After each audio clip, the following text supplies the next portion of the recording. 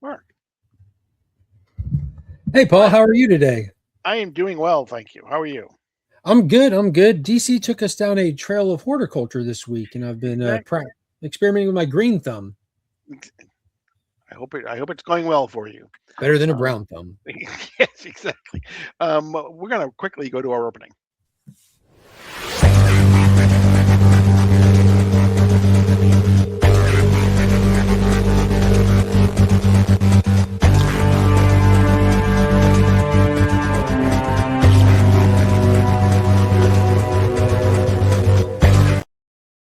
Before we get started, don't forget to make sure that you like, subscribe, hit the notification bell so you're alerted whenever we upload new content, and leave us a comment. Let us know how we're doing. Um, we are back. It is Absolute Batman number 17 this week. Big issue. Big Big, issue. big issue. It is Poison Ivy and Absolute Batman on the cover. Um, and we start First appearance here. exactly. We start with it's narrated now, but we're looking at the past. Yeah, we're then. Exactly. We hear Pamela Isley talking about how she used to go to the city. They would visit the Heart Building. It's called the Heart Building not because it's in the shape of a heart, but because it was in the heart of the city. It was in the center of the city, and all crosswinds and everything through the rest of the city passed through there. Yeah, she would visit with her mom specifically. I think that's going to become important later, so I want to point that Correct. out. And they would go to the Heart Building because, according to her mother, um, that's where you make your wish. And they sit there with a dandelion and blow the dandelion into the city, making her wish. Yes. But then This little lovely little introduction, this it is little connection between her and her mother, who look awfully similar to each other with the red hair and everything. And I got a sneaking suspicion, and I'll get to it to the end about the setup of this book. okay. But then we quickly switch to now. Yeah. And we basically see some people finding some very disturbing things in a building. Yeah, it looks like we're at the ground level of a building and snooping around, and there's like plant growth and little pods and stuff and little creatures in the pod, and the security guard sees it and freaks out, and you see Poison Ivy behind him say, "Welcome to my wish." So it's calling back to blowing that little dandelion off the roof. And when you turn the page, you kind of pan the camera out and you see that the building that they're in is a skyscraper and it's completely covered by giant roots and foliage. It looks like it's already overtaken by Poison Ivy. We are entering this story in the midst of a Poison Ivy event in the center of Gotham. Right. We hear communication with Alfred talking to Batman, and basically, talking about some things, and basically saying, who would ever, what kind of psycho would ever go in there? And as soon as he says that, Batman says, "I'm in." Comes blasting through some of the plant life with a chainsaw that we then see Batman is hooked up with a bat respirator, and he has the bat chainsaws attached to his bat gauntlets. So he's already in the building, moving his way through. He's there. And like you say, he's fighting his way through some kind of disturbing, not normal type of plant or foliage or whatever you want to call it. Either Mhm. you got some plants that have eyes, and he kind of realizes that um, Alfred says there's nothing living in there, and Bruce is like, I can see things living, and Alfred is like, whatever you're looking at, those aren't people. Yeah, because he sees what would be, I guess, the officers that went in prior to Batman getting there, and they're all just kind of standing around. And when he gets close to them, they look back at him, and they've been turned into plant people. Their biology completely altered, the physical state unrecognizable of who they used to be, mutating and eyes popping up on them, like you said, jaws opening in weird ways. And about this time, we don't go to then, we don't go to the past. We go to 1 week ago. Exactly. Just a little bit in the past, where Bruce is on his relentless campaign to help all of his previous friends, and this time he's Oh, trying oh, he's that was trying to sad. yeah The harsh reality of Bruce don't have friends no more, represented by Paul's air quotes. yeah he's well. Not because of his choice, because of their choice. He's trying to still be friendly with them. He's trying this time to get with Oswald Cobblepot, and Oswald doesn't want anything to do with him.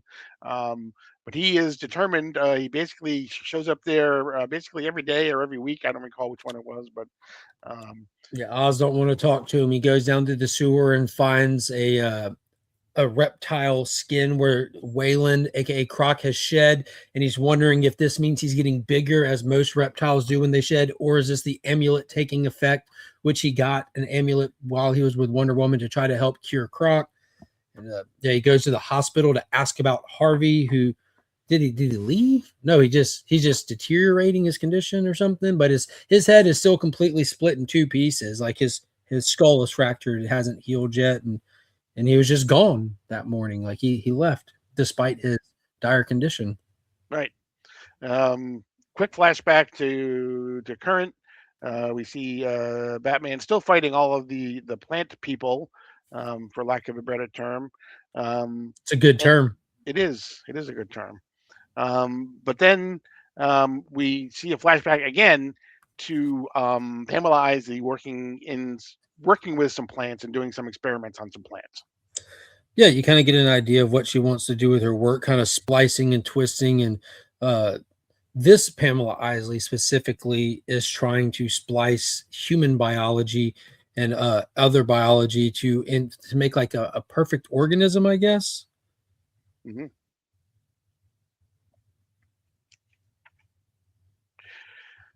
Yeah, she's like I said, she's trying to perfect.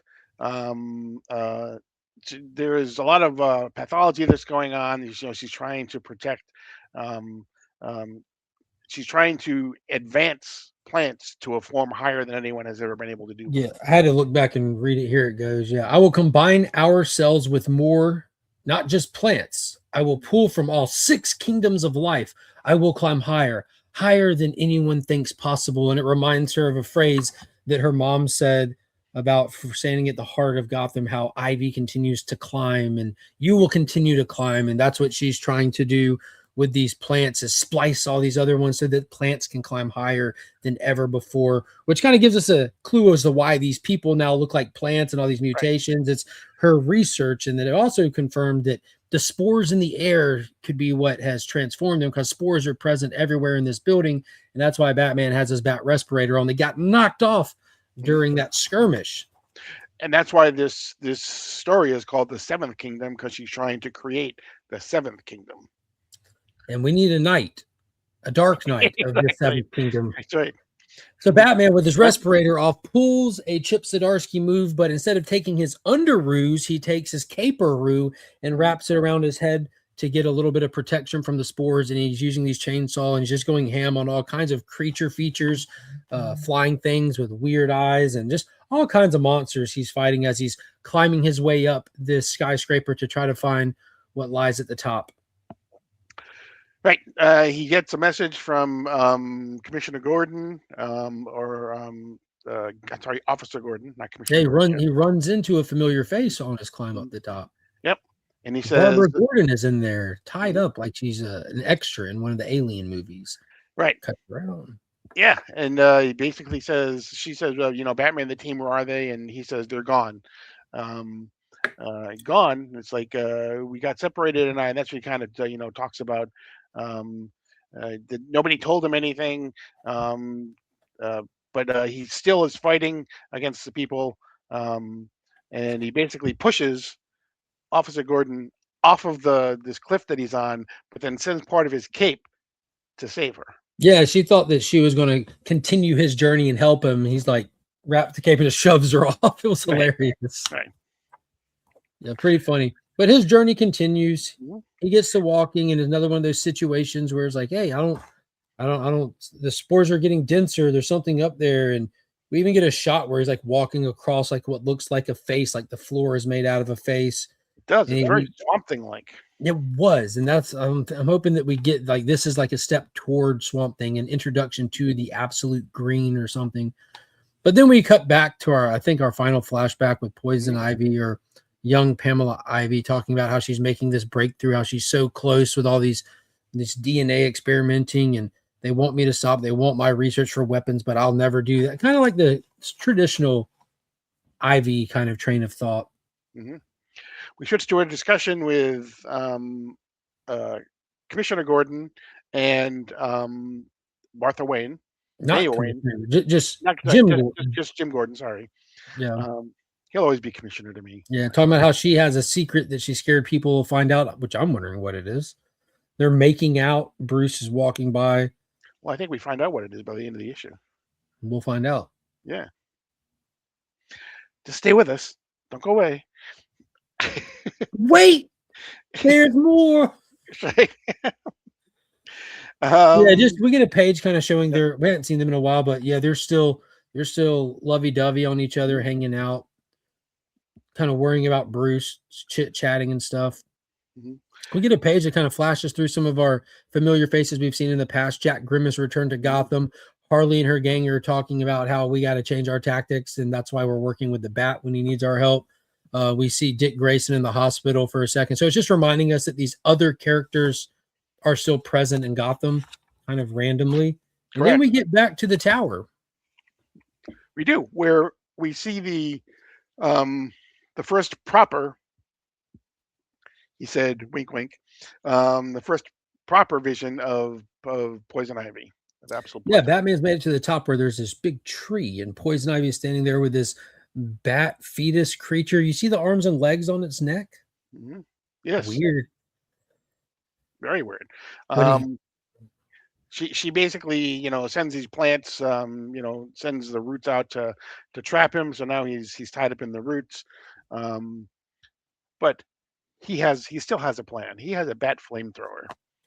Yeah, he goes ham. He lights it all up on fire.